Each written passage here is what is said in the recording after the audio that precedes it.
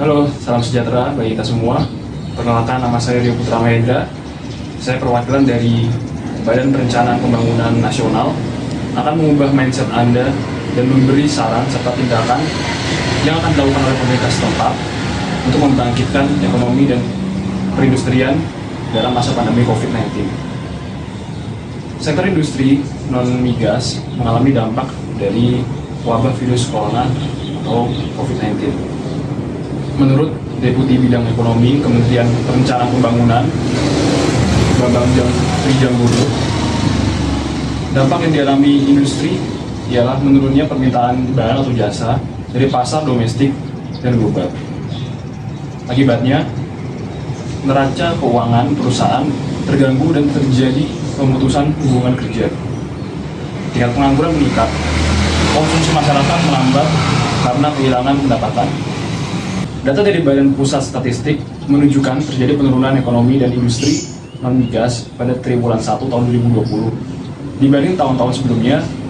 Bila tahun sebelumnya selalu di atas 5%, pertumbuhan ekonomi tahun 2020 anjlok menjadi 2,97%. Begitu pula dengan pertumbuhan industri non-migas atau manufaktur yang anjlok hanya 2,01%, berbeda dengan periode sebelumnya yang selalu di atas 4%. Sementara terkait pengurangan tenaga kerja industri, data dari Kementerian Perindustrian menunjukkan 5,5 juta tenaga kerja industri sudah dalam status tidak bekerja karena PHK ataupun dirumahkan tanpa mendapat gaji. Dari angka tersebut, sekitar 3 juta merupakan tenaga kerja industri kecil dan menengah, dan sekitar 2 juta berasal dari sektor industri sedang dan besar. Angka ini merupakan 28% dari total tenaga kerja industri nasional yang secara keseluruhan mencapai 19,8 juta tenaga kerja. Dampak COVID-19 ini mulai dirasakan sektor industri sejak Februari 2020. Beberapa lokasi ekspor menjadi lockdown dan membatasi jarak fisik di dalam negeri, mengurangi permintaan produk. Ditambah dengan kenaikan kurs dolar yang signifikan, industri semakin kesulitan mendapatkan bahan baku dan memilih mengurangi impor. Ini semua menggerus utilisasi kapasitas produksi hingga di bawah 50%. Penurunan utilisasi industri ini juga terjadi di subsektor unggulan seperti industri makanan dan minuman, industri kimia dan farmasi, industri otomotif atau alat angkutan, industri barang logam dan elektronik, serta industri tekstil dan pakaian jadi. Padahal, menurut Sigit, 5 subsektor industri inilah yang banyak berkontribusi pada produksi domestik bruto dan menghasilkan devisa negara dari ekspor. Begitu pula dengan dampak COVID-19 yang dirasakan oleh industri mikro dan kecil. Founder dan Direktur Yayasan Perempuan Kepala Keluarga, Nani Sulami Nami, mengatakan industri mikro dan kecil memang tak menyumbang porsi besar PDB, namun sektor inilah yang paling banyak menyerap tenaga kerja, terutama pekerja perempuan di sektor informal. Nani berharap kebijakan pemerintah menghadapi COVID-19 juga memperhatikan kelompok industri mikro dan kecil, terutama untuk pekerja industri informal yang seringkali tak mendapatkan kompensasi apapun bila pekerjaan berhenti.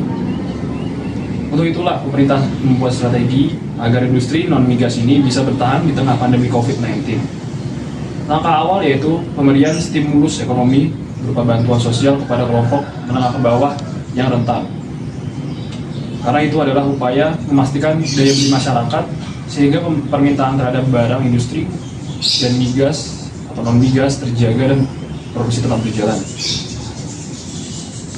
Langkah strategi yang dilakukan pemerintah seperti mengoptimalkan pemanfaatan bahan baku industri dalam negeri dan insentif pajak dan cukai untuk industri. Kami berharap industri tetap berjalan dengan memperhatikan protokol kesehatan karena keselamatan pekerja tetaplah yang utama. Kemenperin mengeluarkan surat edaran Menperin nomor 4 tahun 2020 tentang pelaksanaan operasional pabrik dalam masa pandemi atau masa kedaruratan kesehatan masyarakat pada masa pandemi virus COVID-19. Untuk industri kecil, Kemenperin berkoordinasi dengan Kementerian Koperasi dan Ekonomi Kreatif dan kementerian lain untuk meningkatkan daya tahan di sektor ini. Menyikapi ini, Wakil Ketua Umum Asosiasi Pertekstilan Industri, Ane Patricia Susanto, mengapresiasi langkah yang dilakukan pemerintah terhadap sektor industri pengolahan. Dia juga memberikan rekomendasi kepada pemerintah agar mendorong perusahaan listrik negara atau PLN dan badan penyelenggara jaminan sosial memberikan keringanan pembayaran seiring dengan berkurangnya utilisasi industri. Beliau juga meminta pemerintah terus mempromosikan produk Indonesia ke luar negeri. APD, alat pelindung diri, dan produk tekstil Indonesia dikenal dunia karena kualitasnya yang jauh lebih baik dibandingkan negara ASEAN lain. Bahkan bisa menyaingi Cina. Ini menjadi peluang agar untuk membangkitkan perekonomian dan industri dalam negeri. Ini mengingatkan bahwa wabah COVID-19 ini sangat berpengaruh dan merupakan krisis yang berat. Namun ada optimisme baik dari sektor pemerintah maupun pelaku industri untuk dapat melewati krisis ini. Beberapa penyesuaian tentunya harus dilakukan dengan lebih baik lagi dan berada di dalam tataran kebijakan termasuk penerapan protokol kesehatan yang harus disegerakan. Untuk merealisasikan optimisme tersebut, perlu adanya kerjasama dan sinergi lintas sektor, di antaranya kementerian dan lembaga-lembaga pusat, pemerintah pusat, dan pemerintah daerah. Terlebih lagi, sinergitas juga diperlukan pada internal pelaku industri, misalnya pengusaha dan serikat pekerja, perlu ada harmonisasi yang baik. Penyesuaian tersebut perlu segera direalisasikan karena akan mempercepat recovery phase yang diproyeksikan akan berlangsung pada tahun 2021 dan 2022.